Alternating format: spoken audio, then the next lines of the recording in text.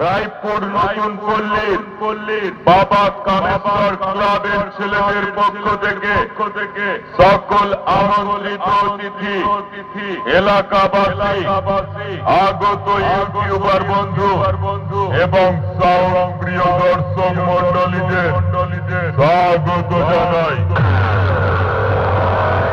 রায়পুরেতে জন্ম নিয়েছি, রায়পুরেতেই মরব। রায়পুর গ্রাম হলো আমাদের ভালোবাসা।